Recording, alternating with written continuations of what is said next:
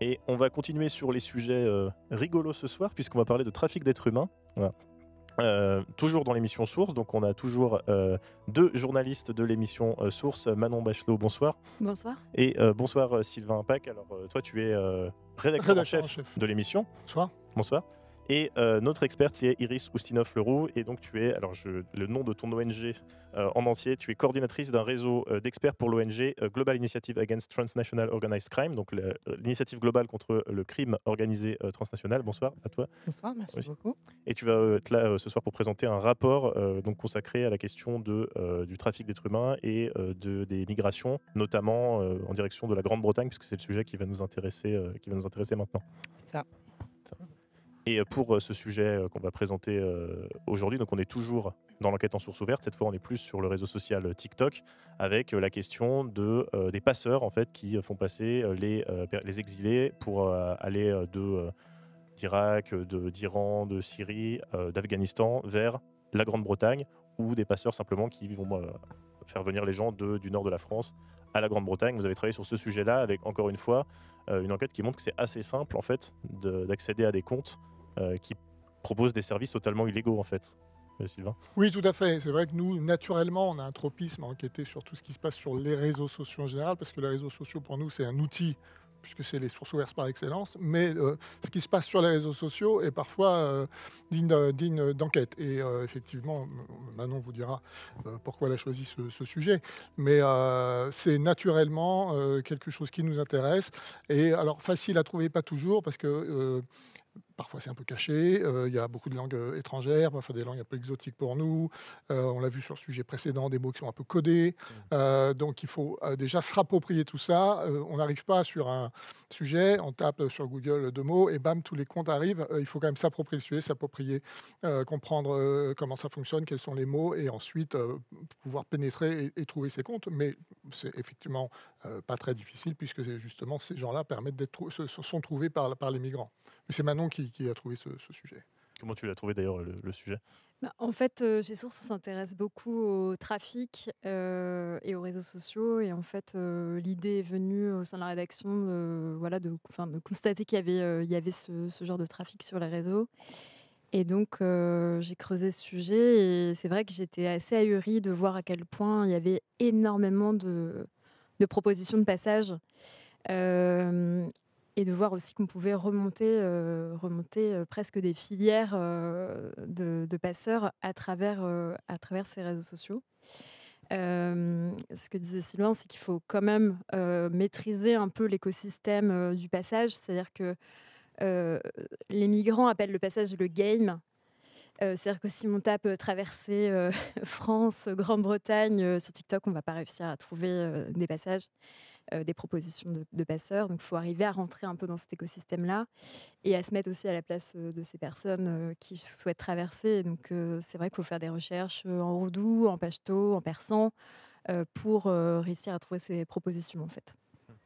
Et donc Iris, tu as travaillé avec ton ONG, vous avez travaillé sur un rapport, alors tu n'es pas toi qui l'as rédigé directement, mais c'est un rapport sur la structure plutôt de ces réseaux-là, et tu vas pouvoir aussi apporter ton expertise, parce que tu as travaillé avec l'équipe de Source. Je ne sais pas si c'est toi directement qui as travaillé avec eux, mais vous avez travaillé sur le rapport, en tout cas, pour réaliser cette émission. Voilà, c'est ça. On s'est appuyé sur un rapport qui a été produit, enfin qui est sorti en février 2024, qui a été réalisé donc par des collègues à moi, qui en général gardent leur identité relativement cachée pour des raisons de sécurité, pour qu'ils puissent faire leur travail aussi correctement.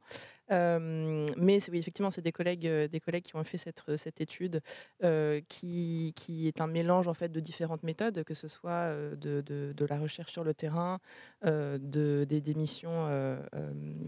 Oui, se sont eux-mêmes infiltrés parmi des réseaux de passeurs ou encore de migrants, de la revue littéraire aussi. Enfin voilà, toute une panoplie de méthodes pour pouvoir essayer d'avoir le maximum d'informations possibles sur la structure, sur l'évolution aussi des techniques. Et donc voilà, donc effectivement, je ne vais pas particulièrement pas passer moi-même du temps à cette recherche, mais je l'ai étudiée avec mes collègues et on en a beaucoup parlé aussi pour pouvoir préparer bien évidemment le plateau ce soir. Voilà. C'est courant que vous appuyez sur ce travail d'expert pour réaliser les reportages?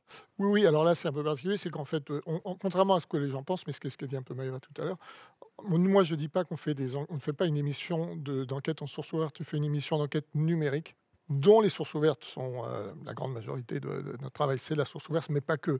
Donc, on a des sources fermées, ça peut arriver, donc on appelle des gens, puis parfois, il y a des gens qui nous donnent. On l'a vu sur le bois, par exemple, Voilà, pour sur le bois. appeler les trafiquants. On se fait passer pour des infiltrations, on se fait passer pour soit pour des clients. On appelle des gens, donc on fait des enquêtes comme une enquête, un journaliste classique. On va appeler les experts, les associations, les gens sur le terrain qui vont nous donner des informations, etc. Parfois, les gens vont nous donner un document en particulier sur lequel qu'on va mettre dedans et qui va faire partie de l'enquête. Et là, on n'est plus dans la source ouverte, même s'il y a des sujets qui sont faits entièrement en source ouverte. D'autres moins, la plupart c'est ça. Et là, effectivement, Manon avait appris que effectivement, cette ONG travaillait sur ce sujet, donc on a pu un peu avoir ce rapport un peu en avant-première pour pouvoir le citer un peu avant qu'il sorte. Bon, je propose qu'on découvre le reportage. Et puis, comme pour le plateau précédent, si vous avez une intervention, vous pouvez la faire directement au micro pendant le reportage. Et puis moi, je mettrai sur pause pour intervenir aussi. Et puis, encore une fois, le chat, vous pouvez poser vos questions. On sélectionnera certaines des questions et on y répondra aussi pendant ou après la projection. Sur le réseau social TikTok, au milieu des vidéos de chats et de danse, nous avons trouvé ces images de migrants qui traversent la Manche. Il s'agit de publicités diffusées par les trafiquants qui vendent ces passages illégaux. Route de la France vers le Royaume-Uni.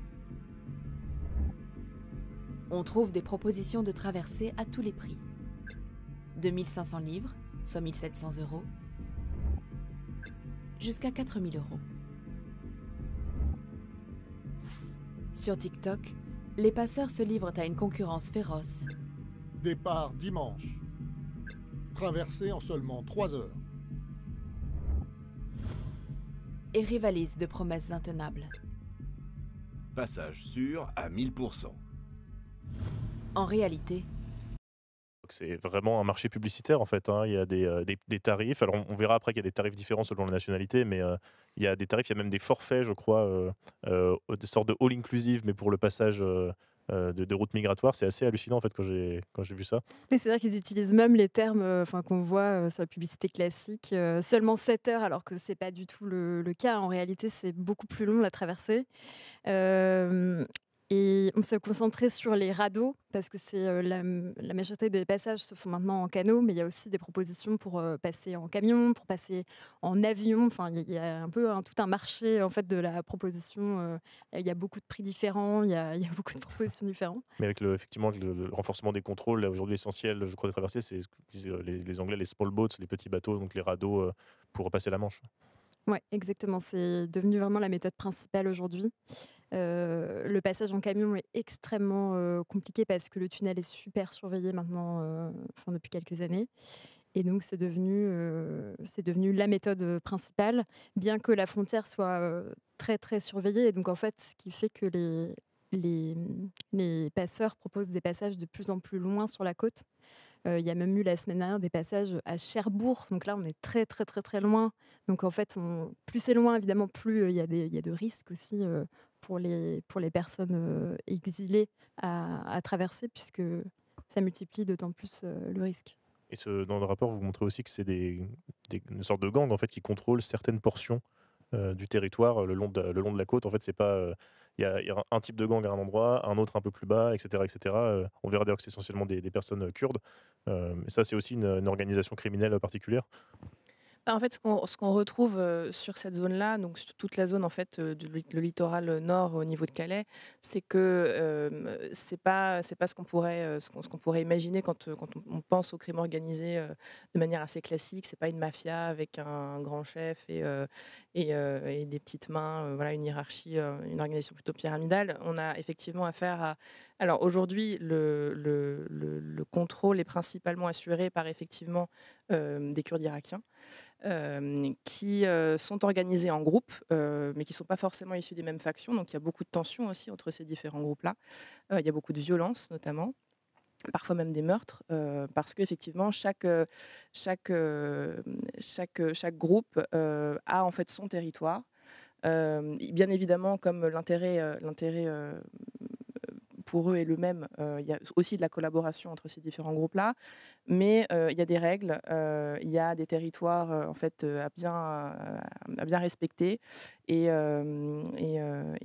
voilà, donc c'est vraiment effectivement assez contrôlé, mais par une même communauté, si j'ose dire, en fait, essentiellement les Kurdes issus d'Irak. Ce qui se passe, c'est que chaque groupe en fait maîtrise une plage. Et les plages sont des Très petite enjeux zone. stratégiques parce que plus on a une plage qui est proche de l'Angleterre, plus ça va être une plage stratégique parce qu'on va pouvoir faire passer plus de monde. Donc en fait, il y a des batailles pour essayer de récupérer ces plages. Il y a des batailles aussi par ville parce que c'est des systèmes un peu de famille. Il y a les Kurdes irakiens qui viennent de Soleimani. Enfin, voilà, ça fonctionne vraiment par ville et par clan pour maîtriser ces plages dans le Nord-Pas-de-Calais. On va mettre la suite pour voir un peu comment fonctionne ce commerce. Ces traversées sont extrêmement périlleuses. En 2023, 6000 personnes ont été secourues et 9 ont perdu la vie. Pour notre enquête, nous avons contacté ces passeurs. I am in jungle. I am waiting you. When we go UK tonight? Yes, to UK tonight. Un trafic de migrants de grande ampleur, organisé au vu et au su de tous sur les réseaux sociaux, et notamment sur TikTok. Qui sont les passeurs qui se cachent derrière ces comptes? Comment opèrent-ils? Et TikTok en fait-elle assez face à ce trafic d'êtres humains sur ces réseaux?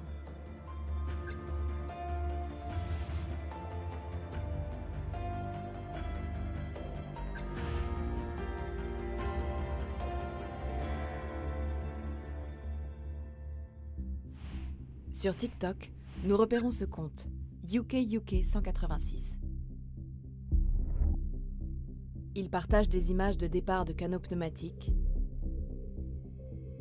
et plusieurs vidéos où des dizaines de migrants suivent un homme, le même sur toutes les images. Il ne fait pas mystère de son activité. Dans une autre publication, il dit lui-même être un passeur en France. Mais où exactement? Là, on voit encore une fois ce qui est assez choquant, c'est vraiment qu'ils n'hésitent pas du tout à filmer leurs activités et à les poster en public sur TikTok. Comment vous avez réagi la première? Est-ce que vous attendiez déjà ce genre de choses? On a été surpris. Moi, j'ai été surpris de voir la façon dont il s'affichait. Effectivement, on a été vraiment surpris. Surtout qu'il a un compte qui était là depuis plusieurs mois. Donc, que TikTok a vraiment laissé prospérer. On s'est demandé qui chez TikTok, tout de suite, on s'est demandé qui chez TikTok, alors même que c'est interdit selon les règles de TikTok, était chargé de surveiller ça. Parce que, une fois qu'on a compris comment ça marche, quels sont les mots, et puis on voit quand même que des fois il utilise l'anglais, il s'en cache pas toujours. Comment ça se fait qu'il a pu se mettre en scène pendant des mois comme ça. En filmant les personnes. Voilà, en filmant les personnes. Alors après, c'est vrai qu'il dit, il dit souvent les choses dans sa langue maternelle, qui n'est pas l'anglais. Lui, il parle c'était Kurde Sorani. Kurde Sorani, ou alors il le dit dans la langue des personnes qui veulent passer. Mais enfin, nous, on y arrive. Donc, là, tout de suite, on s'est posé la question, et à la fois de l'impunité de cette personne, qui n'avait pas l'air de s'inquiéter beaucoup de ce qui pouvait lui arriver. Il est assez peu prudent avec ses réseaux en général. Oui, on verra qu'il a. Pour nous, c'est un bon client, ce qu'on appelle. Mais c'est vrai qu'on a été. Moi, j'ai été surprise parce que globalement, quand même, les passeurs se cachent sur les réseaux. Ils vont aussi créer des comptes où il va y avoir des très très belles images, des vidéos de Londres, idylliques. Ils vont pas forcément se mettre en scène de manière aussi ostentatoire que ce passeur-ci, en fait. Donc, pour nous, c'était une bonne histoire parce qu'évidemment, ça nous permet de pouvoir remonter la piste de qui est cet homme, d'où il vient, comment il s'organise, quel est son réseau, etc. Mais il est quand même pas tout à fait représentatif de tous les passeurs qui sont sur le réseau. Comment on a travaillé il pour, s'agit En fait, on n'est trouver, pas hein. Pour tomber sur un passeur comme ça. C'est vrai que ça se voit pas forcément dans les Il y a émissions, eu mais des heures souvent on voit beaucoup des de heures gens de d'ailleurs qui recherche. n'aboutissent pas. C'est-à-dire des Ouais. profils beaucoup plus obscurs, les gens sont plus prudents, il n'y a pas de photos, donc tout ça, on passe jusqu'au jour où on tombe sur quelqu'un comme ça, et là, on va gratter un peu Si plus. bien qu'on s'est aussi demandé, est-ce que ce monsieur est réellement passeur? Parce que c'est quand même curieux de s'afficher de Oui. manière aussi ostentatoire. Pour nous, on s'est dit, mais c'est même pas, ça nous paraissait impossible même que ce soit vrai. Et puis bon, bah, on a compris que c'est vraiment le cas. Ouais. Il y a quelqu'un dans le chat qui demande s'il n'existe pas un département de police qui chasse sur les réseaux les gens qui s'affichent, qu'il y a des forces de l'ordre spécifiquement liées à cette lutte sur alors là, on est sur quelque chose de particulier, mais sur la promotion de passage de trafic d'êtres humains sur un réseau social. Mais en fait, il y a l'office de lutte, l'Ultime, l'office de lutte contre le trafic illégal de migrants qui a une cellule cyber. Donc j'imagine qu'ils travaillent sur ce genre de sujet et ils font le même travail que nous. Nous, on a essayé de les contacter, on n'a pas eu réellement de réponse, donc je ne pourrais pas vous en dire beaucoup plus, mais il faudrait les inviter en plateau la prochaine fois. Iris, c'est quelque chose qui est connu, cette publicité de passage sur les réseaux sociaux, ou c'est quelque chose de plutôt inhabituel? Non, c'est connu en fait, et c'est même, en tout cas pour en avoir discuté avec mes collègues, c'est même, c'est connu depuis assez longtemps finalement en fait. Et en général, c'est souvent comme ça dans les problématiques qui sont liées à la criminalité organisée, c'est que dès que ça devient très visible comme ça, c'est qu'en général, eux, ça fait déjà longtemps que c'est leur technique, et nous, on a tendance par exemple, c'était l'avis d'un de mes collègues qui avait travaillé sur ce rapport. Tout ce qu'on voit sur les réseaux, donc que ce soit TikTok, mais on peut parler aussi d'Instagram, de Telegram, de Snapchat, c'est aujourd'hui un des indicateurs qui nous permet de mesurer l'ampleur qu'a pris cette activité-là. Mais on se base, nous aussi, sur des indicateurs qui sont maintenant un peu plus, qui sont pas forcément toujours liés au réseau social, mais on regarde justement la capacité, par exemple logistique, on en parlera peut-être après, qu'a développé ces réseaux-là, qu'ont développé ces réseaux-là depuis l'explosion de ce qu'on appelle la fameuse crise migratoire qui a commencé en 2015. Mais on regarde aussi la capacité de ces réseaux à s'étendre, même dans leur pays d'origine. Donc c'est vrai que leur présence sur les réseaux, elle est maintenant, on peut maintenant l'étudier, elle est maintenant effectivement très visible, mais ce n'est pas nécessairement le seul indicateur qui montre, en tout cas sur lequel on s'appuie pour observer tout Leur implantation le et développement ensuite. Quoi. on va voir d'autres indicateurs d'ailleurs dans la suite du reportage. Sur une de ces photos prises en bord de mer, nous repérons ce bâtiment. Il s'agit de l'Office de tourisme de Dunkerque, dans le nord de la France. Qui est cet homme et quel est son rôle exact? Dans une autre vidéo, où est écrit « Sur la route de la Grande-Bretagne », le passeur guide un groupe de personnes à travers les dunes et semble narguer l'hélicoptère qui les survole.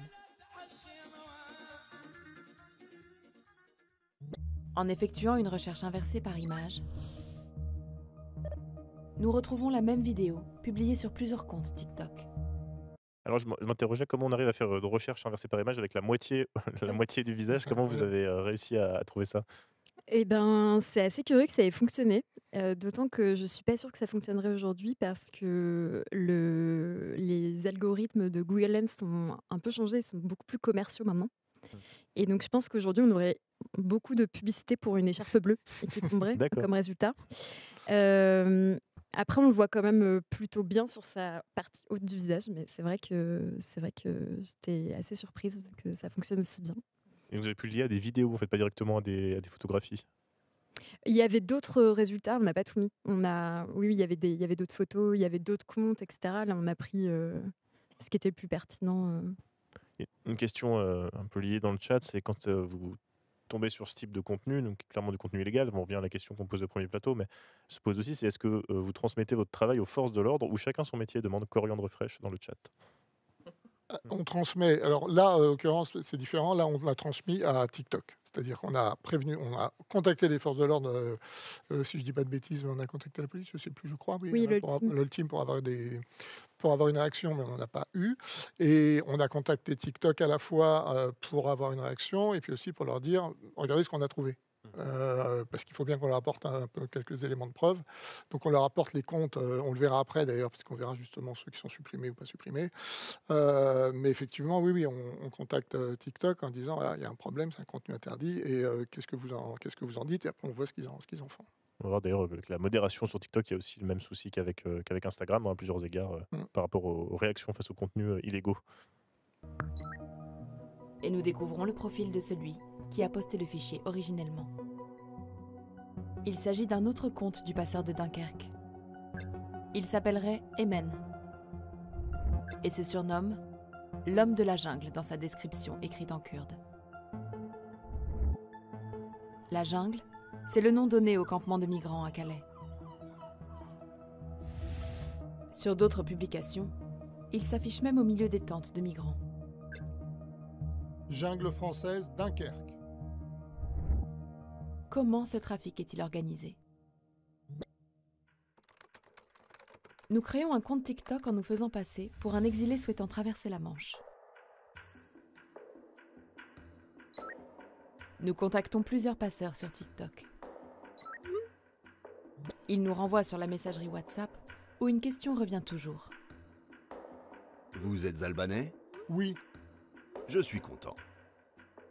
Cette question n'est pas désintéressée. Les tarifs varient en fonction de l'origine. Les Albanais C'est ce que vous allez dire juste après, mais effectivement, il y a une grille tarifaire en fonction du pays d'origine. Alors, Albanie, c'est plutôt. C'est pour ça qu'il dit je suis content dans l'échange de messages, parce que c'est plutôt des bons tarifs.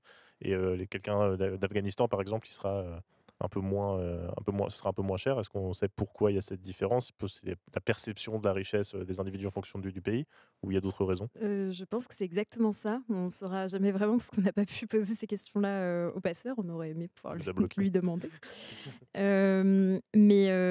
Oui, c'est ce qu'on a compris en fait assez vite, c'est que les migrants qui sont perçus comme plus fortunés venant d'Europe de l'Est, on leur propose un tarif plus élevé que des migrants afghans ou érythréens, où là on va faire baisser les prix. Et c'est pour ça qu'il était très content, effectivement. et après, quand on paye plus cher, on a des chances de partir plus vite. L'avantage, et c'est ce qu'on va voir, c'est qu'effectivement, si vous payez moins cher, comme ils veulent remplir leur bateau Ouais. le plus possible, et bien évidemment, eux, ils veulent faire de l'argent. Donc, ceux qui payent plus cher, ils partent plus tôt.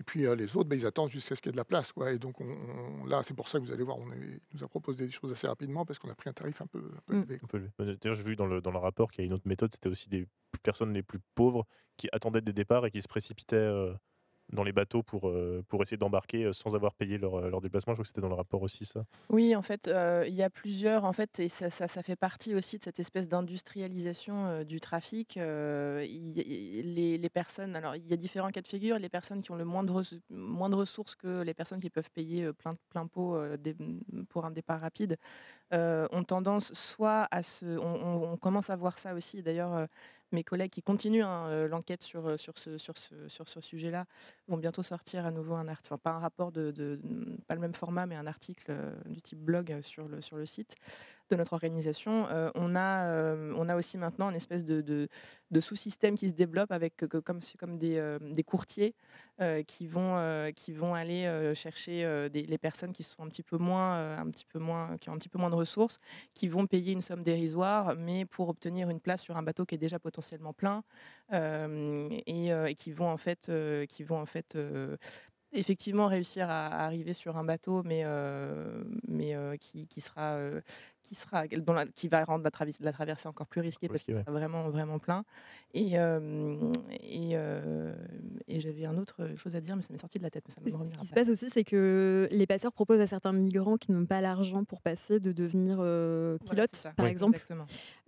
alors qu'ils n'ont jamais piloté un bateau de leur vie, et donc de devenir aussi quelque part complices du passage. Et en fait, c'est eux qui vont se faire attraper par la police au moment où s'ils sont attrapés. Ouais, quand ils arrivent en Voilà, Angleterre. donc en plus, ça facilite la vie aux passeurs de jamais se faire attraper. J'ai vu dans le rapport que certains pouvaient même envoyer des vidéos d'eux en train de piloter un bateau Et il y avait une réduction sur présentation de cette vidéo. Il y avait aussi Oui, des... c'est ça, en fait, comme ça. il y a souvent de plus en plus, en tout cas, des migrants qui n'ont pas les moyens de payer ce que les passeurs demanderaient normalement pour une traversée et qui vont en fait obtenir ce qu'on pourrait appeler des tarifs réduits pour pouvoir faire la traversée, mais soit sur le chemin, soit pour la traversée, ils vont en fait participer à l'activité du réseau pour faire en sorte ça reste très actif. Mais par contre, voilà, moyennant une activité, une aide à ce réseau, ils vont avoir accès à des tarifs plus avantageux, si on peut dire ça comme ça. Parce qu'on parle de plusieurs milliers d'euros à chaque fois pour les traverser au minimum. Il y a une question sur une application qu'on vient de voir aussi dans le reportage, c'est sur WhatsApp, on n'a pas trop parlé. Est-ce que c'est aussi un outil beaucoup employé dans ce milieu-là? C'est plus compliqué d'avoir accès à un WhatsApp sans avoir d'abord une interaction sur notre plateforme, mais c'est un réseau social qui n'est pas très surveillé aussi, qui est plutôt difficile à contrôler. Tu t'en es beaucoup servi, toi ou... Beaucoup pour parler avec les Ce qui nous passeurs, renvoie finalement, très vite mais là-dessus. on l'a plutôt utilisé comme une application de téléphonie, vraiment à s'envoyer des C'est pas messages. là-dessus qu'on a trouvé essentiellement Non. les passeurs. On est Ouais. parti des réseaux sociaux. Après, eux vous renvoient très vite. Vous dialoguez pas, en gros, via la messagerie des réseaux. Ils vous renvoient sur WhatsApp et là, vous dialoguez là-dessus sur une messagerie sécurisée, plus ou moins, pour discuter ensuite avec eux, quoi. On va poursuivre. Annette, censé être moins démuni que les autres, paie la traversée au prix fort. Plus de 2000 €. Ok frérot, je t'emmène pour 2500 €. Mais quand nous nous présentons comme Afghans, Je suis en France, je veux aller en Angleterre. Combien ça coûte? le prix chute. 1700 €. Nous acceptons une traversée à 2500 € avec le passeur de Dunkerque. 3 jours plus tard, les choses s'accélèrent. Tu dois être à Dunkerque aujourd'hui. La mer est calme ce soir, on doit partir. Pourquoi une telle précipitation? Comme on le voit sur Windy, une application utilisée par les marins, une fenêtre météo vient de s'ouvrir dans la Manche pour la nuit du 30 au 31 octobre 2023. On annonce un temps plutôt clément avant une tempête prévue en fin de semaine. Les passeurs l'ont bien compris. Sur TikTok, les offres fleurissent pour annoncer un passage le 30 octobre. Pour organiser cette traversée, notre passeur ne travaille pas seul, comme il nous le dit dans un message. Mon ami va t'appeler maintenant. Il parle anglais. 15 minutes plus tard, un numéro avec un indicatif irakien nous appelle. I am in jungle. I am waiting you. You go to station. When you coming down creek, I show you. You see me camera video. I show you go to bus and coming to magazine Ocean. Ce magasin est un lieu de rendez-vous habituel des passeurs, comme on peut le voir sur l'application Snapchat. Une carte permet de visualiser des images selon leur géolocalisation. On peut s'arrêter peut-être un peu là-dessus, sur cette carte de Snapchat. Est-ce que vous pouvez un peu expliquer ce que c'est, comment ça fonctionne? Parce que je pense que c'est aussi pratique pour récolter des informations. C'est tout un ensemble de posts qui peuvent être publics basés sur leur localisation. C'est exactement ça, c'est une carte sur Snapchat où en fait on peut voir les vidéos qui sont publiées en public par les gens et qui ont localisé leurs vidéos. Et donc c'est comme ça qu'on a pu trouver des vidéos où on voit en fait ce fameux point de rendez-vous devant ce magasin Auchan à Dunkerque. C'est typiquement le genre d'outil auquel on ne va pas forcément penser tout de suite, la Snap Map, comme on l'appelle parfois, mais qu'effectivement, des fois, vous allez trouver des vidéos postées par les gens eux-mêmes géolocalisées. On n'a pas forcément le réflexe, c'est de se dire, bah, tiens, est-ce que là, il n'y aurait pas quelque chose d'intéressant pour nous, d'illustratif, là où vous n'avez rien trouvé ailleurs, ou vous allez faire une recherche spontanée sur un réseau, et en fait, parfois, vous trouvez des choses intéressantes ou illustratives, comme on a trouvé. Alors, juste en zoomant sur les plages autour de Dunkerque, vous pouvez trouver des snaps de personnes qui attendent pour un passage, par exemple. Il faut que quelqu'un les filme. Là, il faut que quelqu'un les filme et les poste. Les vidéos sur les plages en attente de passage, c'est assez rare parce que souvent les passeurs disent aux migrants les téléphones sont interdits à ce moment-là. Et donc, j'ai cherché, mais j'ai pas trouvé de vidéo de passage. C'est souvent des moments de grosse tension aussi parce qu'ils attendent dans les dunes le bon moment pour y aller, faire attention aux forces de l'ordre, etc. Donc, souvent, il y a pas de vidéo, à moins qu'elle soit prise par des passants, des pêcheurs qui se baladent sur la plage. Là, en l'occurrence, la vidéo du magasin Auchan, je pense que c'est plutôt un passant Un qui passant, ok. ouais, ouais, Bon, on va voir qu'il y a énormément de monde qui attend à l'arrêt de bus. Bon, on voit qu'il y a quand même une organisation Ouais. assez bien faite pour que toutes les personnes arrivent au même endroit, à la même heure, et puissent faire le passage. Avec la petite sécurisation, il faut arriver, il faut se faire prendre en vidéo quand vous arrivez à Dunkerque, ce qui nous dit bien, ils font quand même attention, ils veulent un appel vidéo pour voir en fait, je pense qui arrive, c'est aussi pour ça qu'on n'a pas pu y aller. Oui. Parce qu'on n'a pas vraiment, parce que c'était moi qui me faisais passer pour le candidat en fait au téléphone, le candidat migrant. J'ai pas vraiment un physique de migrant iranien, donc il aurait bien vu si j'avais fait une vidéo tout de suite que de toute façon j'étais pas ce que je prétendais être. Mais voilà, ils ont leur petite procédure pour vérifier à qui ils ont affaire, quoi. Alors, on me dit dans l'oreillette qu'on a déjà un gagnant pour le jeu de localisation. Bah, formidable. Il y a bah, quelqu'un qui a trouvé l'adresse. Bon, il a gagné. il a gagné La la fameuse, Bravo. la désormais célèbre Boule à neige source. on reviendra là-dessus Quelle vitesse. à la fin, Ouais, à la on fin donnera de la l'émission. réponse Mais à en la tout cas, bravo, hein, Bravo à lui. bravo Walden 51. Voilà. Bon, on va continuer pour voir un petit peu aussi comment s'organise donc ce passage et les revenus aussi des passeurs.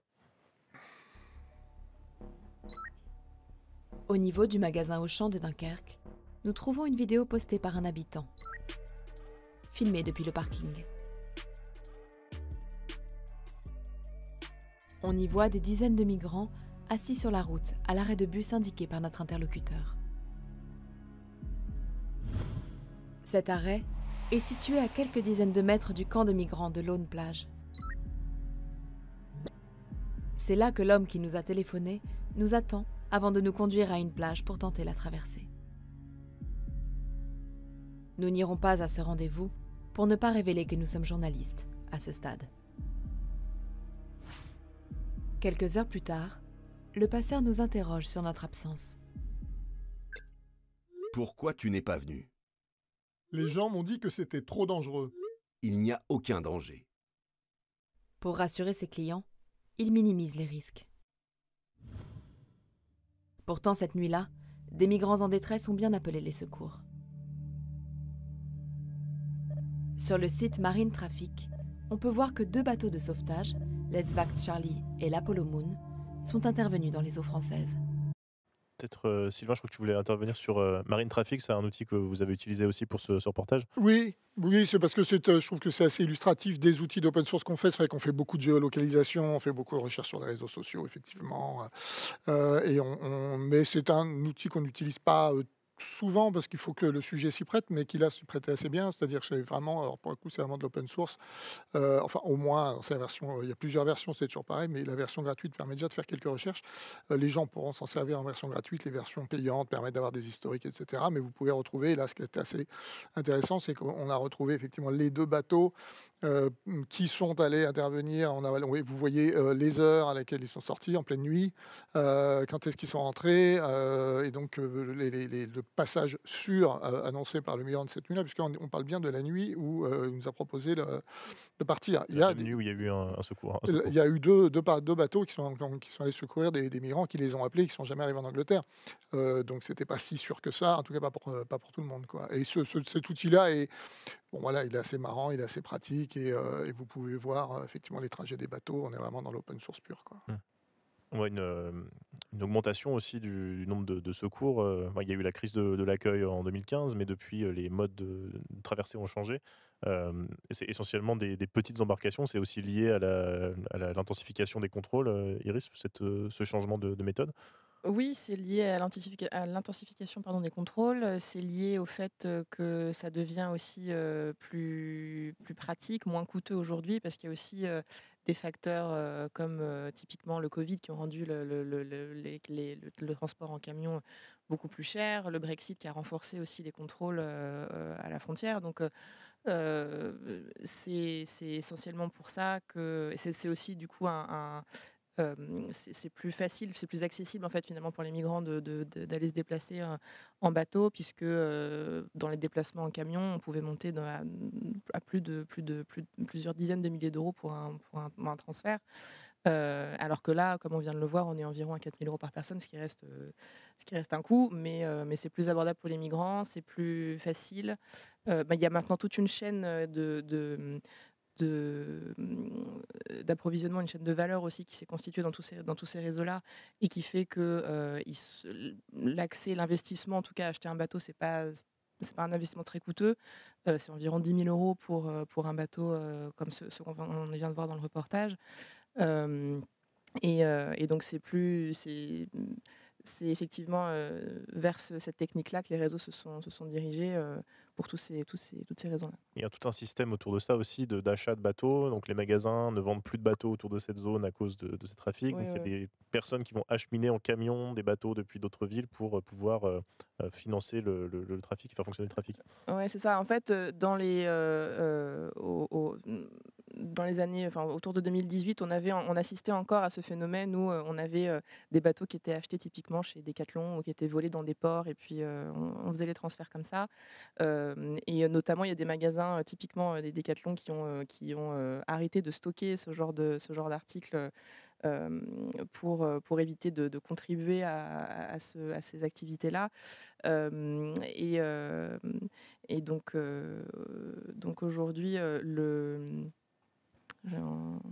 Il y a une plus grande distance entre la zone d'achat du bateau et le point de départ. Voilà, c'est ça. En fait, maintenant, on a vraiment des bateaux typiquement qui sont fabriqués, on en reparle dans le rapport d'ailleurs, en Chine, qui sont acheminés en Europe par la Turquie, qui sont ensuite récupérés, notamment sous le point de transit principal en général, c'est l'Allemagne, qui sont récupérés en Allemagne par des personnes qui sont même payées par le réseau de passeurs, qui vont aller acheminer les bateaux sur les côtes, sur le littoral français, donc dans cette zone-là autour de Calais.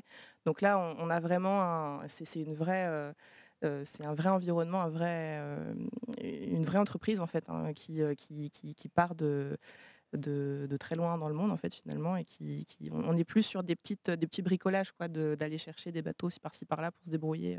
Ouais, c'est-à-dire qu'il y a même des systèmes de go fast, hein, comme pour le trafic de drogue depuis l'Allemagne, pour acheminer ces canaux dans des coffres de voitures pour les amener au dernier moment sur les plages, au moment où il y a des bonnes fenêtres météo pour passer.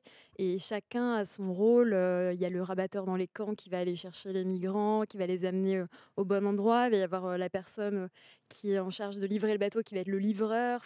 Et il y a les logisticiens qui sont plutôt en Allemagne, en Turquie. Exactement, c'est ce que vous racontez dans le rapport. C'est impressionnant de voir à quel point c'est devenu vraiment une petite entreprise en fait. Organisée depuis l'étranger, parce que c'est ce qu'on comprend, ce qu'on a compris ensuite, c'est que les têtes de réseau, en fait, elles sont pas là, et c'est toute la difficulté de pouvoir démanteler ces filières, c'est que souvent les têtes de réseau, elles sont pas en Europe. Oui, mais c'est d'où un peu le côté exceptionnel de celui que vous avez trouvé là, qui a l'air d'être souvent quand même en Europe pour filmer ces passages. Mais on va voir aussi qu'il n'est pas que en Europe, et qu'il y a une augmentation du niveau de vie dans le pays d'origine pour ces trafiquants aussi qui l'affichent. À 8h30 du matin, l'Esvagt Charlie ramène les naufragés d'une première embarcation au port de Dunkerque. 2 heures plus tard, l'Apollo Moon débarque à Calais les naufragés d'un second canot. Au total, d'après la préfecture maritime, 123 personnes ont été secourues cette nuit-là. Selon les autorités britanniques, 94 migrants répartis sur 2 canots ont réussi à atteindre les eaux anglaises. Comme on le voit sur cette photo publiée par le Daily Mail le lendemain, ils ont été ramenés au port de Douvres, en Angleterre. Pour les migrants, la traversée est une loterie risquée. Mais pour les passeurs, c'est la fortune assurée. À raison d'une 50aine de personnes par bateau, qui paient en moyenne 2 000 euros, chaque départ rapporte au moins 100 000 euros aux trafiquants. Qui sont les hommes derrière ce trafic ? Sur le compte TikTok de notre passeur de Dunkerque, nous remarquons que toutes ces publications sont accompagnées du même mot, Kalar.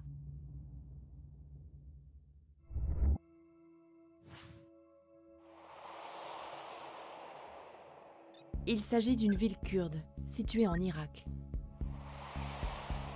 C'est de là que vient ce passeur. Grâce à son nom, nous trouvons son compte sur Facebook, où il mentionne aussi cette ville. Sur sa page Facebook, accessible publiquement, le passeur rend hommage à Mama Risha, un éminent membre des Peshmerga, les combattants pour l'indépendance du Kurdistan. L'homme semble à l'aise financièrement. En octobre 2023, le club de foot de Kalar le remercie pour sa générosité. Au nom de tous les joueurs, merci à MN de nous avoir fourni des vêtements de sport. Juste un petit point traduction, parce qu'on en parlait tout à l'heure. Comment vous gérez le fait de traduire les langues différentes auxquelles vous êtes confrontés pendant votre enquête? On parlait d'utiliser des outils de traduction automatique, mais aussi peut-être des traducteurs éventuellement. Oui, c'est une grosse partie. Nous, on fait que des sujets quasiment étrangers. Donc, on fait beaucoup de langues étrangères, quasiment que ça, des langues parfois très exotiques pour nous. Donc, l'arabe, le chinois, le russe. Et évidemment, on n'est pas aussi doué dans toutes ces langues. Donc, on utilise d'abord des outils vraiment. Aujourd'hui, c'est ce qui est bien, les outils techniques comme Google Lens qui permet vous juste même sur une image d'avoir une traduction automatique qui marche en général assez bien et qui va vous permettre de faire un premier tri, quoi. Alors après, bon, il faut des fois vous comprenez que faut s'adapter à chaque langue. Vous comprenez que la traduction des fois elle comprend pas bien ou alors quand elle dit un mot en fait il faut en comprendre un autre. Mais vous faites un premier tri et ensuite évidemment on fait toujours appel, on fait tout valider, tout vérifier par des traducteurs. On est une agence de presse, Capa Presse, donc on a vraiment des traducteurs, on connaît des gens, on fait beaucoup de documentaires, donc il y a beaucoup de gens qui travaillent avec nous, à qui on va toujours tout faire valider, vérifier, être sûr qu'on a bien compris, et puis qu'on ne dit pas de bêtises, quoi. Mais effectivement, chaque fois, c'est une nouvelle découverte. Et ça peut aussi parfois être presque une étape, une épreuve de l'enquête en soi. Alors là, il a fallu trouver un traducteur en kurde Sorani, ce qui n'est pas forcément évident, mais on a fini par trouver. Mais par exemple, sur une enquête on a enquêté précédemment sur la colonisation des Ouïghours en Chine. Il a fallu trouver quelqu'un qui parle mandarin, qui accepte de du coup participer à notre enquête sur une étape de traduction sur un sujet comme ça, sur un sujet qui touche à la question des Ouïghours, ce qui est extrêmement difficile pour une personne chinoise, par exemple, de travailler en France sur ce sujet-là, même ici en France. Et donc c'est parfois pas forcément si évident, en fait, cette étape de traduction. C'est une question intéressante parce que ça peut être une épreuve en termes d'enquête aussi. On va poursuivre, on va voir sur l'enrichissement. Je pense que je vais mettre pause dans pas très longtemps après. Mais... Sur d'autres photos, il pose devant de belles voitures. À l'instar de ce passeur, les Kurdes tiennent aujourd'hui une place centrale dans le trafic de migrants vers l'Angleterre, comme l'explique la directrice adjointe de l'ONG Global Initiative. The Kurdish have a really long history in human smuggling because of where the Kurdish nationalities originate: Iraq, Iran, Syria, Turkey, which are periods of huge instability. They've for a long time had an outward migration trend, which Kurdish smugglers have facilitated, because often the smugglers come from the places where migration originates. Dans un rapport sorti début 2024, l'ONG publie la photo d'une luxueuse villa au Kurdistan irakien, propriété d'un passeur. Il possède aussi un garage automobile. Là, le garage, on en parlait parce que c'est quand même assez marquant. Il est dans le rapport aussi, donc il vient du rapport de l'ONG, Global Initiative. On voit un garage donc, dans la ville. Est-ce qu'il est dans la ville irakienne que vous évoquiez tout à l'heure? Je ne sais plus dans quelle ville il est, mais en tout cas, on voit un garage au Kurdistan. Non, il n'est pas dans cette ville. Il n'est pas dans cette ville-là. Un garage au Kurdistan. Il n'est pas loin. Et il y a un drapeau européen et un drapeau britannique dessus. Donc, comme pour afficher le business dans lequel la personne a pu financer son garage. Vous avez réagi comment, vous, quand vous avez vu ça? Bon, ça nous a un peu fait sourire. On s'est dit comment ils étaient pas ingrats et qu'ils étaient assez transparents. Comme un peu, ça nous a fait penser un peu au Ayman, là, le passeur qui s'affiche. Alors eux, c'est plus facile parce qu'ils sont pas en Europe, donc ils risquent pas grand-chose. Mais on a trouvé ça assez amusant et ça montre aussi quand même que, effectivement, notamment quand on voit la villa, mais on le voit un peu avant dans le sujet, quand on voit qu'une traversée peut rapporter 100 000 €. Un Oui. bateau. Pour un bateau à 10 000. Un bateau. Donc avec des frais, on l'a dit, qui sont pas très élevés, parce qu'un bateau, un moteur, ça coûte pas très cher, et que parfois il y en a plusieurs par nuit, en tout cas plusieurs par semaine. Donc c'est vraiment parce qu'il faut bien comprendre qu'en fait, ils font monter presque de plus en plus de gens sur ces bateaux. Et je crois que la police a mesuré en fait le nombre moyen de personnes qui est sur les bateaux aujourd'hui par rapport à quelques années. Il y en a de plus en plus. Et donc évidemment au détriment de la sécurité. Oui, Mais parce qu'ils sont payés avant le départ. Donc, exactement, ils sont payés avant le départ. Et donc et on voit effectivement on voit le résultat dans le pays d'origine, quoi. Ce qui fait que l'année passée, l'année 2024, a été une des années les plus meurtrières en termes de personnes migrantes qui sont mortes noyées ou étouffées. Parce qu'en fait, c'est souvent au moment de monter sur le bateau que les personnes décèdent. Parce qu'il y a un tel mouvement de foule. Ils sont 60 alors qu'ils devraient être 30. Et en plus dans une nuit noire où ils sont à 200 mètres des côtes, parce que ce qui se passe, c'est que maintenant il y a tout un système de small boat, enfin de taxi boat, pardon, où il faut monter les gens à plus de 200 mètres dans l'eau, et donc ils sont déjà de l'eau à la taille, parce que ça leur permet d'éviter... La police, pour raison de sécurité, la police a pour consigne de ne pas intervenir quand les migrants montent dans le bateau, au moment où ils montent dans le bateau, dans l'eau. Pour éviter les accidents, parce que c'est effectivement, si la police intervient, des bousculades, les gens sont habillés, ils ne savent pas forcément nager, l'eau elle est très froide, donc ils peuvent se noyer. Donc du coup, les passeurs restent à une distance et qui fait que la police ne va pas intervenir, mais les gens vont parfois se noyer à cet endroit-là, à 200 mètres de la plage. À ce propos, il y a une question dans le chat à ce sujet, c'est avec tous les accidents depuis autant d'années, est-ce que les futurs, les candidats à l'exil au Royaume-Uni sont au courant ou est-ce qu'ils ignorent les risques à cause de leur situation? Est-ce que vous savez peut-être, Iris, je ne sais pas si tu as des infos là-dessus? C'est une des recommandations qu'on fait dans le rapport, c'est de faire en sorte que la protection de ces communautés puisse être mieux assurée, que ce soit en termes d'assistance sur place en Europe et donc notamment au Royaume-Uni, mais que ce soit aussi la sensibilité à faire avant qu'elles entament cette traversée. Et surtout, et c'est là qu'on encourage aussi les autorités, qu'elles soient françaises ou anglaises, à adopter des techniques de prise en charge de ces personnes-là, tout en respectant et en mettant très en avant le respect des droits humains et des méthodes les plus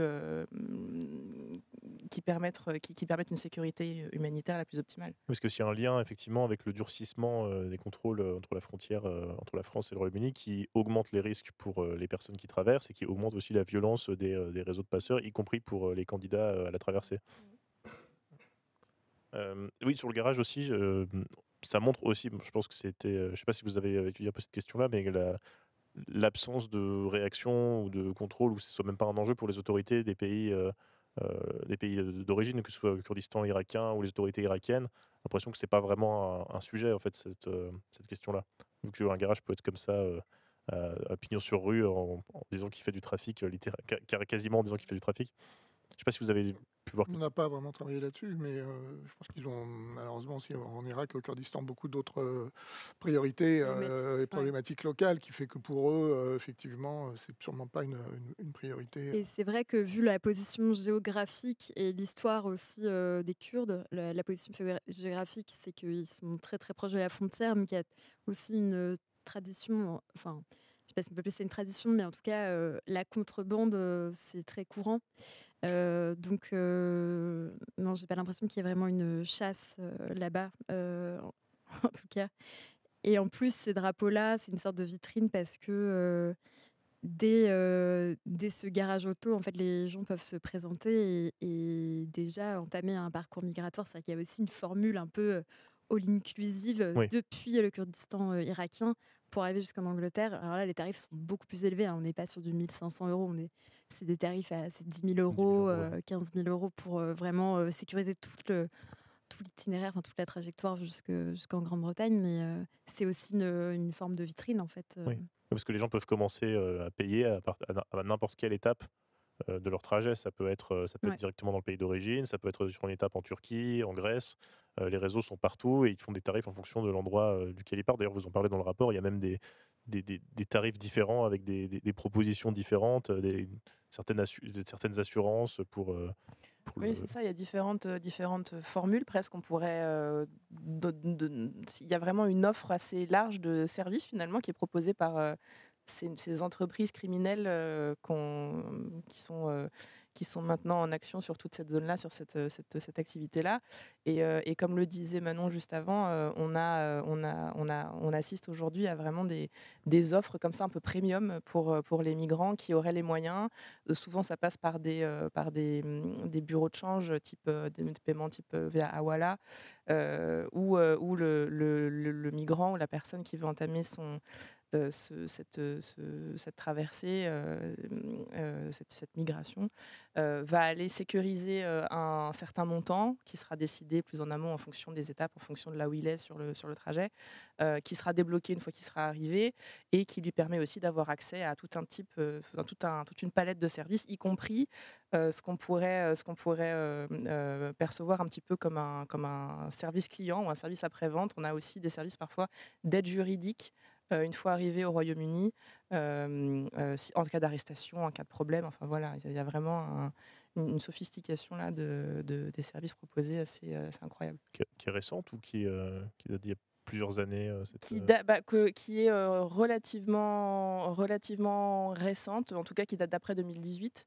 Et donc, qui est, on dit relativement récente parce qu'effectivement la crise migratoire, comme on l'appelle, a commencé en 2015, mais les problèmes liés à ces flux de migration existent depuis bien avant, bien sûr.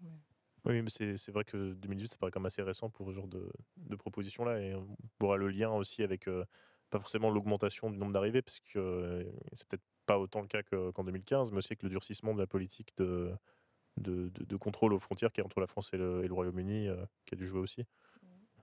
En fait, ce qui est curieux, c'est qu'il y a beaucoup plus de contrôles aujourd'hui, mais il y a tout autant de passages, voire même beaucoup plus. 2024, il y a encore eu plus de passages que 2023. 2023 était déjà une année record. Là, il y a eu 36 000 traversées, c'est 35% de plus que 2023. Et donc, malgré les contrôles, il y a quand même toujours plus de passages. Et donc, en fait, c'est toujours les passeurs qui en profitent. Quoi. Ouais. En fait, ce qui se passe, c'est que plus il y a de contrôle, plus c'est ce qu'on disait tout à l'heure, plus ça décourage pas vraiment les gens de passer. En fait, c'est que ça rend la traversée un peu plus dangereuse. Ça modifie les modes et donc, il faut partir de plus loin. Et donc, ils font ce stop boat là où ils passent. Et effectivement, ça rend la traversée dangereuse, mais ça décourage pas vraiment les gens qui veulent passer coûte que coûte. Et puis surtout, quelque part, plus la répression est grande, plus la traversée est difficile, plus les migrants vont avoir besoin des passeurs finalement. Donc, plus ça va.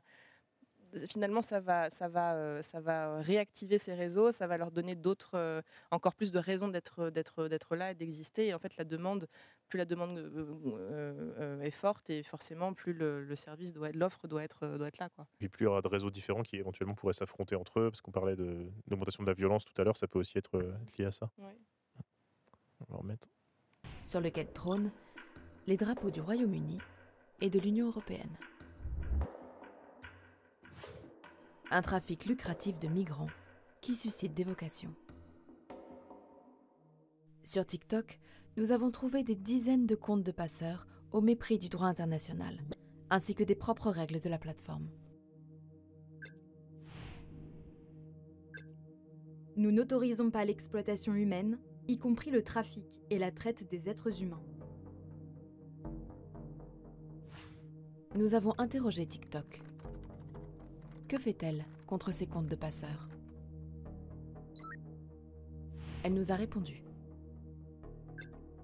Nos équipes de modération travaillent sans relâche pour assurer la suppression rapide de tout contenu en violation de nos règles communautaires.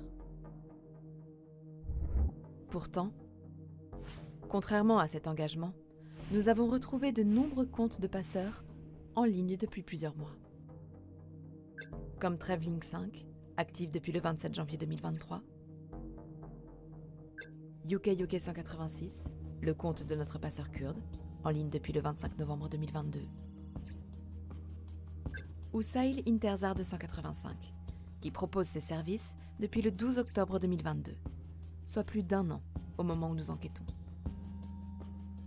Ces comptes n'ont été supprimés par TikTok qu'à la suite de notre signalement. Plusieurs semaines après nos échanges avec TikTok, on trouve encore de nombreux comptes de passeurs sur la plateforme. Et des annonces pour de nouvelles traversées vers l'Angleterre. Nous écrivons ça pose à... vraiment la question de la modération, Oui, effectivement. pareil que sur Instagram, c'est pourquoi Alors, ils suppriment pas. et surtout, ce qu'on n'arrive pas trop à savoir, c'est quels sont leurs moyens. Quels moyens ils mettent en fait dans cette modération, puisqu'on peut... Bon, on peut comprendre que TikTok, quand ils ont lancé cette application pour faire des chorégraphies, ils ne s'imaginaient peut-être pas que ça allait devenir un outil de passage. Ok. Mais depuis, on n'arrive pas bien à comprendre quels moyens ils mettent. Et du coup, comme il n'y a pas de transparence, ils ont beau faire des proclamations de bonne foi et en supprimer quelques-uns. Quelle est la part par rapport à leur chiffre d'affaires? Est-ce qu'ils mettent vraiment les moyens? Est-ce que s'ils mettaient plus de moyens, ça mettrait vraiment en péril la rentabilité de leur plateforme? On ne sait pas. Combien de personnes travaillent spécifiquement sur ces questions-là, est-ce qu'ils sont formés au niveau des langues, etc. etc. C'est tout ça est quand même très très flou. Et quand on voit qu'on retrouve des comptes qui sont là depuis plusieurs mois et qui ne s'en cachent pas, enfin, ils mettent des drapeaux anglais partout, on peut quand même se poser la question de la bonne volonté de ces plateformes, quoi. Puis encore une fois, l'opacité aussi, parce qu'on ne comprend pas quel facteur fait qu'à un moment, il va y avoir une réaction ou pas, pourquoi un compte va être supprimé plutôt qu'un autre. En plus, là, on est sur une entreprise chinoise, donc c'est la question aussi d'opacité, ça peut être quelque chose de très embêtant.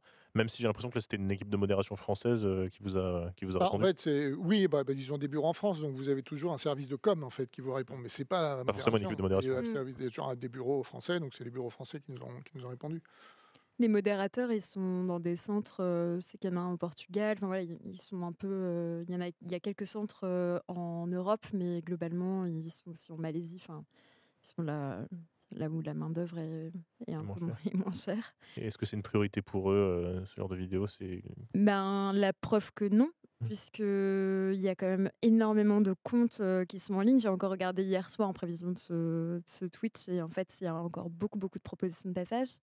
Après, c'est vrai qu'il y avait des comptes qui étaient supprimés dans la journée et d'autres qui peuvent être là pendant des années. Donc, ça reste assez incompréhensible. Moi, j'ai pu parler avec un modérateur qui disait que, effectivement, à partir du moment où les vidéos elles sont en kurde, en ourdou, en perse, enfin, il y a très peu de modérateurs qui parlent ces langues. Et donc, en fait, les vidéos, elles restent en ligne. En plus, quelques secondes pour juger de est-ce que cette vidéo elle doit rester en ligne ou pas. Quand on voit un très beau paysage de Londres ou un canot dans l'eau, est-ce qu'on se dit ah tiens c'est une vidéo de passeur? En fait, il faut regarder vraiment tout le compte, il faut arriver à comprendre qui est cette personne, faire la traduction, ça prend un peu de temps. Ça demande des moyens aussi. Ça demande des moyens. Et là, TikTok vient d'annoncer qu'il y aurait des licenciements importants sur les équipes de modération en octobre dernier. Donc, c'est bien la preuve que ça, a priori, ça ne va pas s'améliorer. C'est la question de la modération.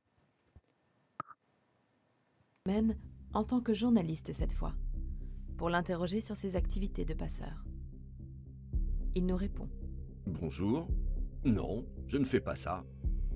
Il nie être passeur. Pourtant, quelques semaines plus tôt, Emen nous proposait une traversée illégale de la Manche. Tu dois être à Dunkerque aujourd'hui. La mer est calme ce soir, on doit partir. Relancé, le trafiquant a bloqué notre numéro et verrouillé son profil Facebook. Dans la Manche, en 2023, près de 35 000 personnes ont pris la mer. D'après les autorités, c'est 70 fois plus qu'en 2018.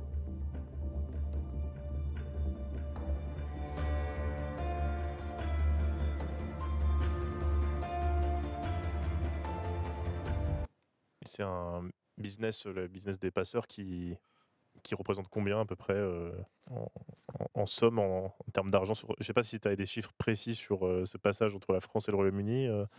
Alors, en tout cas, pour ce trajet-là, on estime que dans un bon mois, un passeur peut se faire autour de 900 000 €. Donc on est quand même sur des sommes assez conséquentes. L'Office français de lutte contre le trafic illicite de migrants a estimé l'entièreté, en fait, la valeur, en tout cas en 2022, de cette activité-là à 150 millions d'euros. Donc on peut parler d'activité extrêmement lucrative. Et au niveau des autorités françaises et britanniques, à part la police qui vous avait pas répondu, vous avez eu des retours éventuellement sur des stratégies adoptées pour la lutte contre le trafic d'êtres humains? Parce qu'ils parlent beaucoup de lutte contre l'immigration, mais on ne parle pas de lutte contre le trafic d'êtres humains, et on voit qu'il n'y a absolument rien qui est fait pour essayer de l'endiguer. En tout cas, les passeurs semblent être assez à visage découvert et dans une relative impunité pour faire passer les gens dans des conditions extrêmement dangereuses.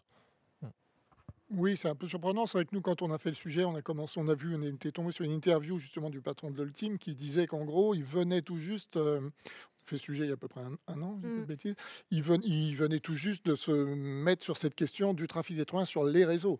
Alors que c'était, on voit bien que les comptes sont anciens, enfin on n'a pas, on le sait, et donc on était un peu surpris de voir qu'il ne faisait que s'attaquer, il commençait à s'attaquer à cette question sur les réseaux. Ça nous a un peu surpris. En fait, ce qui se passe, c'est que la police est extrêmement présente sur place et va arrêter mais en fait, des petites mains qui vont attraper sur les plages, qui vont se retrouver jugées assez rapidement dans les tribunaux du Nord-Pas-de-Calais. Mais en fait, les têtes de réseau, ce qui fait que le réseau continue, c'est qu'ils sont très très loin, en Allemagne, au Kurdistan irakien. Et donc, en fait, le trafic continue, puisque dès qu'ils en arrêtent un, en fait, il y en a un autre le lendemain qui peut reprendre le rôle de livreur ou de chauffeur. Enfin, voilà. Et c'est très compliqué pour la justice, en fait, de travailler avec ces pays-là parce qu'il n'y a pas de système de coopération judiciaire. C'est aussi compliqué de travailler avec TikTok parce qu'ils sont obligés de faire des demandes spécifiques pour demander qui sont derrière ces Des comptes. réquisitions judiciaires via la justice. Mais ces réquisitions judiciaires, elles leur permettent de savoir en premier lieu à quelle adresse IP appartient le compte. Et ensuite, il faut faire une autre demande spécifique avec le pays. Et donc, typiquement, la coopération avec l'Irak, c'est très, très, très compliqué. Donc, en fait, ils n'arrivent pas à remonter les filières et à pouvoir travailler sur, entre guillemets, les racines du réseau. Et donc, en fait, ça perdure. Et nous, on a été vraiment, vraiment surpris, ouais, effectivement, qu'il n'y ait pas plus de police, entre guillemets, sur ces réseaux-là. On parlait du rapport et t'expliquais que le collègue qui avait rédigé ce rapport, il travaillait anonymement pour des raisons de sécurité. Il y a des questions dans le chat. Quelqu'un qui demande est-ce que c'est possible légalement d'infiltrer ces réseaux de passeurs sous couverture? Alors, c'est pas forcément légalement, mais est-ce que ça s'est fait en tout cas des infiltrations, que ce soit, je pense que ce serait plutôt un travail journalistique ou policier. Pour la police, je sais pas, il faudrait voir exactement ce qu'il est possible de faire, à mon avis. Là, je ne vais pas répondre. Mon avis, ça doit être possible. Bon, nous, on le fait, on a un peu fait, c'est faisable. Je ne sais pas, il faudrait voir quels sont les outils exacts en termes mais la police le fait sur les réseaux pédocriminels, par exemple. Donc, pourquoi pas. Oui, je partage cet avis aussi. Personnellement, je ne crois pas que de notre côté, on ait pu le faire. Par contre, on a pu se rapprocher des passeurs, avoir une communication un petit peu plus déliée avec eux pour mieux comprendre comment ça fonctionnait. Parce qu'il y a certains passeurs aussi, en tout cas dans le cadre de cette activité-là, qui, comme on l'a dit, peut être amené à engager aussi des migrants dans le réseau pour permettre de le faire fonctionner, etc. Donc on peut jouer sur ce genre d'ouverture-là, infiltrer le réseau de manière durable pour vraiment comprendre ce qui se passe sans se faire reconnaître, ou en tout cas ou dénoncer ou démasquer. Je pense effectivement que ça doit être possible, mais ça va être quand même très très délicat. C'est vrai que c'est difficile pour la police, puisque ce qu'on disait tout à l'heure, c'est que souvent la petite main, c'est un migrant qui n'a pas assez d'argent, qui va rester dans la zone assez longtemps pour travailler pour le passeur, pour finalement pouvoir se payer sa traversée. Donc la police, elle peut infiltrer, elle peut arriver, mais elle va tomber sur ce gars-là, qui est un migrant qui a participé à ça, mais qui reste un migrant parmi d'autres, et qui le lendemain sera remplacé par un autre migrant dans le camp qui, lui, ne va pas prendre le risque, parce que de toute façon, il n'a rien à perdre.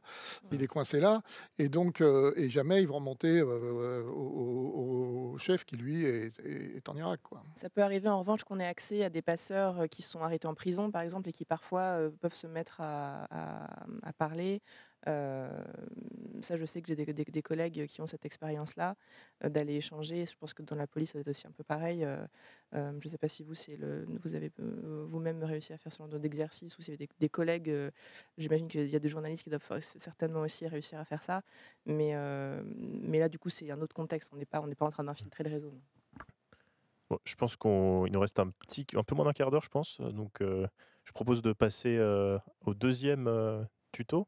Ah oui. On avait préparé sur un tout autre sujet. Ah oui, rien à voir. Encore que Mais- c'était Alors, un autre sujet, mais avec des méthodes d'enquête semblables aussi à ce qu'on a vu dans l'épisode précédent sur la pédocriminalité, ensuite sur le trafic de bois, là, dans ce qu'on vient de voir sur le trafic d'êtres humains et sur les publicités pour les passeurs. Là, c'est sur du trafic d'animaux. Oui, si je je trouve dis que pas c'est un de trafic aussi. On ne fait pas que ça, mais là, c'est vrai que bêtises. Beaucoup de trafic. c'était un sujet qu'a fait Manon. Puisqu'on avait découvert, Manon, tu peux parler un peu du sujet, qui était un peu étonnant, parce qu'on sait qu'il y a le trafic d'animaux sauvages, mais là c'est un trafic de bébés gorilles, et le gorille c'est quand même pas un animal anodin. Oui. Mais un peu de la même manière que le trafic d'êtres humains sur les réseaux, enfin sur TikTok, j'ai découvert qu'il y avait des trafics de bébés gorilles, qui est une espèce extrêmement protégée et menacée dans le monde, et protégée par les lois internationales sur les réseaux sociaux. Et donc un peu de la même manière, même si c'est un sujet totalement différent, on s'est interrogé sur comment est-ce que c'était possible, quelles étaient les filières, pour quel prix, pour quel client. Et donc on est entré en contact avec un trafiquant dont on avait seulement le numéro de téléphone, en fait. Voilà, c'était un peu compliqué. C'était un trafiquant dont on avait qui était très prudent, quand on n'avait que le numéro de téléphone, et dont l'indicatif était la Jordanie. Mais est-ce qu'il était jordanien? Est-ce qu'il vivait en Jordanie? Est-ce qu'il vivait dans un autre pays? Parce que moi, un indicatif. Et donc, on a fini par retrouver ces réseaux. Manon a fini par retrouver, justement, toujours en open source, ces réseaux. Et on est tombé sur cette vidéo où on le voit dans sa voiture, dans une ville qu'on n'arrive pas à identifier. On a coupé le son, mais il écoute de la musique. Il chante un peu, d'ailleurs. Pardon, il chante un peu. Et on s'est dit, est-ce qu'on va pouvoir se servir de cette vidéo pour justement essayer de retrouver cette personne? Donc on essaie de faire de la géolocalisation avec cette vidéo. Alors cette vidéo, elle n'est pas facile parce qu'en fait, on a cherché des indices à travers, mais on voit vraiment très peu de choses. Et à un moment, on voit justement quelque chose qui passe très très vite, très, très rapidement. Donc il faut s'arrêter, c'est vraiment image par image. Hop, c'est là. Donc là, dans le coin ici, où je mets la souris, on voit ce petit morceau d'enseigne. Et on est parti de là pour essayer de voir où on était. Et donc, en fait, je vais vous montrer un petit peu ce qu'on a fait. J'ai un petit peu redécoupé tout ça. Donc, on est parti de là et on a pris cette image. Et on a tout redécoupé, c'est-à-dire qu'en fait on a pris l'enseigne ici image par image et on s'est rendu compte qu'en fait cette image elle était inversée. En fait le S est à l'envers et la vidéo en fait c'est là qu'on a compris qu'elle était inversée, donc il a fallu découper image par image la vidéo parce qu'en fait cette enseigne elle passe sur 4 images, donc il a fallu s'arrêter, faire des captures, la remettre à l'endroit. L'image suivante pareil on l'a remise à l'endroit. Et puis ensuite, on a pris toutes ces images et on les a mis les trois derrière les autres. Et on arrive à deviner quelque chose qui ressemble à CE Stores. Et CE Stores, et ben ensuite, une fois que vous avez ça, on a tapé CE Stores Jordanie. Parce que si vous tapez CE Stores dans Google, il n'y a pas grand-chose qui sort, mais CE Stores Jordan, il y a quelque chose qui sort. Et vous voyez qu'en bas, la deuxième réponse, vous voyez Centro Stores à Amman. Et Centro Stores à Amman, vous retrouvez ce logo qui est exactement le même. Et vous voyez l'adresse et vous vous rendez compte qu'effectivement, ce magasin, il n'y en a qu'un, il est à Amman en Jordanie, c'est un centre commercial. Et c'est comme ça qu'on a pu vérifier qu'il habitait bien, enfin qu'en tout cas, il était bien en Jordanie et que la vidéo était prise en Jordanie. Et c'est une vidéo qu'il a fallu regarder beaucoup parce que ça passe très vite. C'est 3 images et c'était assez amusant à faire, justement. C'est exactement le genre de choses qu'on cherche, et parfois on trouve rien, hein. S'il n'y avait pas Ouais. eu ça, j'aurais rien eu pour faire la démo. C'est ce que j'allais dire, il doit y avoir aussi beaucoup de frustration parfois pour essayer de trouver des endroits, parce que là, effectivement, c'est beaucoup de chance aussi d'avoir un magasin qui est uniquement à un seul endroit, et donc il faut compter sur beaucoup de travail et un petit peu de chance pour trouver la localisation. C'est sûr qu'on ne met pas dans nos sujets tous les échecs. Il y a des heures passées à regarder des routes, des poteaux, essayer de retrouver des habitations pour au final parfois réussir. Donc c'est là que c'est très gratifiant. Mais ce qui est au-delà de la performance, ce qui est aussi intéressant dans ce travail d'investigation numérique, c'est que en fait, souvent, il faut surtout apprendre à regarder. C'est-à-dire que la vidéo, on peut la regarder plusieurs fois sans l'avoir du tout, cette enseigne. Et donc, c'est un petit conseil d'enquête numérique. Justement, C'est pour vraiment apprendre à regarder. apprendre à regarder, peut-être le moment de donner la solution à notre exercice. Alors, j'ai vu que Walden était le premier à le trouver. Il avait réussi à décortiquer l'image pour trouver ce lieu précisément. Et donc, il a trouvé l'indice pour dire si c'était avant ou après 2023, la localisation. Voilà, donc il remporte une magnifique boule à neige, hein, on l'a dit tout à l'heure. Mais Quel vénard. on va montrer la solution pour tout le monde.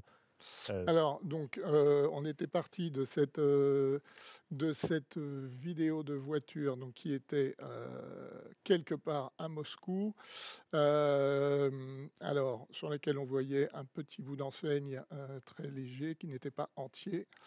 Alors, la façon dont nous, on s'y est pris, je vous montre comment on a décomposé ça.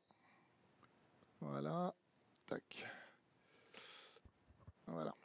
Donc, on est parti de cette capture d'écran et on a donc fait une image à partir de là, et on a mis cette image dans une recherche inversée sur Google. Alors, si vous mettez cette image sur Google, bon, l'outil est un outil de crop qui vous permet de réduire effectivement l'image pour enlever la voiture, pour enlever tout ce qui est parasite et pour dire voilà ce qui m'intéresse. Ce qui est intéressant, c'est que Google, il ne trouvait pas le nom de cette enseigne.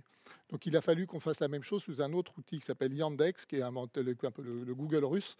Et Yandex, lui, il connaît, il a retrouvé, il nous a retrouvé effectivement l'enseigne. Donc on a vu que ça s'appelait Maxidom. Et ensuite, on est allé dans Google, dans Yandex, toujours à Moscou. On a cherché Maxidom à Moscou. On voit qu'il y en a 4. Donc on a regardé les 4 autour de Moscou, et on a fait ensuite une comparaison d'image par image pour voir un petit peu où on était avec Yandex en vue street comme sur Google.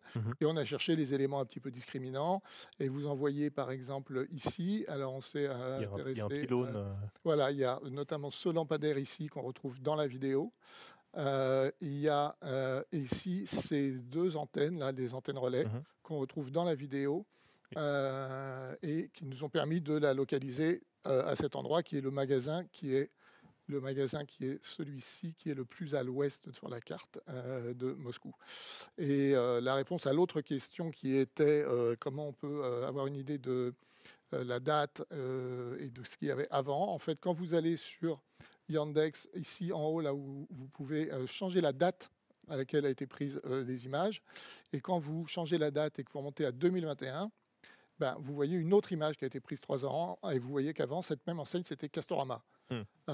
Et en fait, cette enseigne a changé entre-temps.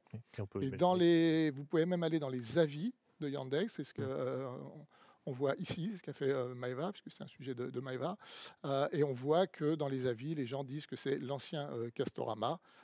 Et en fait, une fois que vous avez compris que Castorama et Maxidom a changé d'enseigne, vous voyez à travers Google qu'en fait, ce magasin-là, dans un article, on voit dans un communiqué qu'en fait, il a changé début janvier 2023.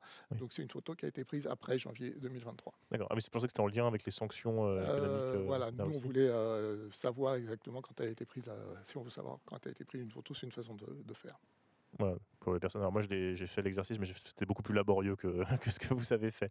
Mais en tout cas, oui, donc bravo encore à Walden, bravo à lui d'avoir trouvé ça. Je crois qu'il a aussi utilisé Yandex d'ailleurs pour trouver le logo. Effectivement, moi, j'avais aussi essayé le Google Images inversée sur le logo de l'enseigne, mais j'ai pas trouvé. J'ai mis le cyrillique dans l'outil de recherche avec marqué bricolage, parce que j'ai vu qu'il y avait des outils de magasins de bricolage dans les environs. Et sur Google, effectivement, on voit qu'il y a un Castorama. Et ils n'ont pas enlevé la peinture bleue sur le côté du bâtiment, Ouais. voilà, mais c'était beaucoup plus Il y a laborieux. plusieurs façons d'arriver au même résultat parfois, et c'est ça qui est amusant. Et ce qui fait partie aussi aussi du plaisir, des fois, c'est ce côté un petit peu chasse au trésor, quoi. Oui, puis trouver les détails un peu qui reviennent, parce qu'on voit que les voitures, les arbres ou les choses comme ça, ça peut bouger, mais les enseignes aussi, forcément. Bon, je pense qu'on se dirige tranquillement vers la fin du plateau. Peut-être que vous avez quelque chose à ajouter, Iris, sur l'action de ton ONG sur le trafic d'êtres humains par rapport à tout ce qu'on s'est dit en première partie du plateau. Oui, j'encourage essentiellement toutes les personnes qui sont intéressées par ces sujets à regarder. On publie toutes nos recherches sont publiées, sauf certaines qui sont expressément qui sont très très très sensibles ou vraiment demandées par des organismes bien particuliers peuvent parfois ne pas être publiées, mais la grande majorité de nos recherches sont publiées sur le site de l'organisation. Il suffit de taper globalinitiative.net et on y accède et on touche notamment aussi, on regarde aussi ce qui se passe au niveau du crime environnemental, du trafic d'espèces protégées, la cybercriminalité. On touche vraiment à tous les corps de métier, si j'ose dire, dans ce monde-là. Et notamment, et on voyait d'ailleurs dans votre reportage, vous avez interviewé donc notre directrice adjointe, dont c'est un petit peu le thème d'expertise principale pour elle. Donc on est vraiment très très attaché à cette problématique-là de trafic de migrants, mais trafic d'êtres humains également, bien sûr. Et donc les recherches continuent, comme je vous disais. Donc mes collègues qui ont participé à ce rapport vont bientôt sortir un nouvel article pour aussi mettre un petit peu à jour le rapport qui est sorti l'année dernière. Et voilà. Et donc vraiment le site web, c'est vraiment une très belle source d'informations. Qu'on essaye de vulgariser aussi le plus possible pour que l'information soit la plus accessible possible aussi. Et voilà, il y a également un formulaire de contact s'il y a des chercheurs ou des journalistes qui souhaiteraient travailler avec nous ou obtenir des informations pour des sujets particuliers. On est assez disponible. Donc voilà. Merci beaucoup, merci à tous les trois. Je vous rappelle que vous pouvez retrouver donc le replay de ce live sur Twitch, il sera aussi sur YouTube. Et puis pour regarder sources, il y a plein de sujets différents, on en a évoqué quelques-uns ici, mais c'est sur Arte, sur le site d'Arte, vous pouvez les retrouver, y compris ceux qu'on a regardés aujourd'hui. Et puis je vous dis au revoir et merci d'avoir été là pour voir cette émission. Merci. Merci. Merci beaucoup.